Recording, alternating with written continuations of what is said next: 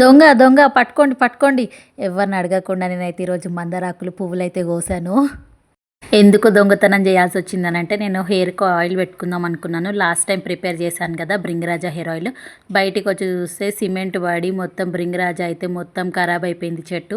ఇంగ నేను ఆకుల యాటన కోసమని బయటికి బయలుదేరి రోడ్డంతా వెతికాను. మా గల్లీలంతా వెతికితే నాకు కొన్ని కొన్ని దొరికాయి. ఇంగ వేపాకు కూడా కనిపించింది. అబ్బా! లేతగా మంచి ఫ్రెష్‌గా ఉంది వేపాకనని తీసుకున్నాను. ఇంకా కొంచెం ముందుకెళ్ళేసరికి ఇట్లా గోరింటాకు బయటనే ఉంది. అరె వా! ఇంత బాగా పెరిగిందని 2, 3 ఆకులు కూడా తెంపినాను.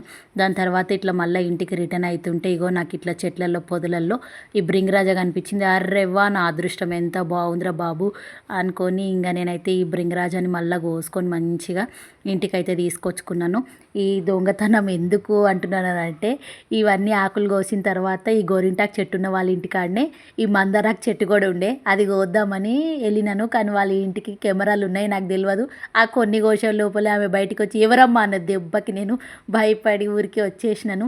నాకు చిన్నప్పుడు జ్ఞాపకాలు గుర్తొచ్చినాయి. ఏంటివంటే మామిడికాయలు జామకాయల కోసం ఇట్లా దొంగతనాలు చేసి ఆంటీలతోని తిట్లు తినేది. అది గుర్తొచ్చి చాలాసేపు కొంచెం సేపు నవ్వుకున్నాను. మీలో ఎంతమంది చిన్నప్పుడు జామకాయలు మామిడికాయలు దొంగతనాలు చేసేది చెప్పండి. ఇంకా ఆయిల్ ప్రిపరేషన్ ప్రాసెస్లోకి వచ్చేస్తే ఏమేమి తెచ్చుకున్నానంటే, వేపాకు తెచ్చాను, మందారాకులు, గోరింటాకు, కలబంద, భృంగిరాజ 5 ఇంగ్రీడియంట్స్ ఈరోజు ఆయిలింగ్ అయితే ప్రిపేర్ చేస్తున్నాను. ఇది లాస్ట్ టైంలో నేను లవంగాలు, కరివేపాకు, భృంగిరాజ అవి వేసి చేశాను, ఉల్లిపొట్టు వేసి. ఈసారి నేను డిఫరెంట్గా కొంచెం ట్రై చేయడానికని నాకు బయట దొరికిన ఆకులతోటి ఈ ఆయిల్ ప్రిపరేషన్ అయితే చేస్తున్నాను. ఇంటి దగ్గర ఒకవేళ భృంగిరాజ దొరకలేదు అని అంటే మిగతా ఇంగ్రీడియంట్స్ వేసి చేసుకోండి. ఇప్పుడు వేస్తున్న వేపాకు కూడా చాలా మంచిది, ఎందుకంటే సమ్మర్ సీజన్ కదా, మనకి చెమటకాయలు అవి రాకుండా కూడా ప్రివెంట్ చేస్తుంది వేపాకు. సో నేను ఓన్లీ 2 వీక్స్కి వచ్చేటట్టు ప్రిపేర్ చేసుకున్నాను. ఎందుకు అని అంటే మళ్ళీ తెచ్చుకొని ఫ్రెష్గా ఎప్పటికప్పుడు చేసుకోవచ్చులని అనిపించింది. ఇంటి దగ్గరలోనే ఉంటున్నాయి కదా అన్నీ, అన్నీ మంచి టైంకి దొరుకుతున్నాయి, ప్రకృతి నాకు భలే అందిస్తుంది అన్నీ అనుకోనిగా 2 వీక్స్కి అట్లా ప్రిపేర్ చేసుకుంటున్నాను.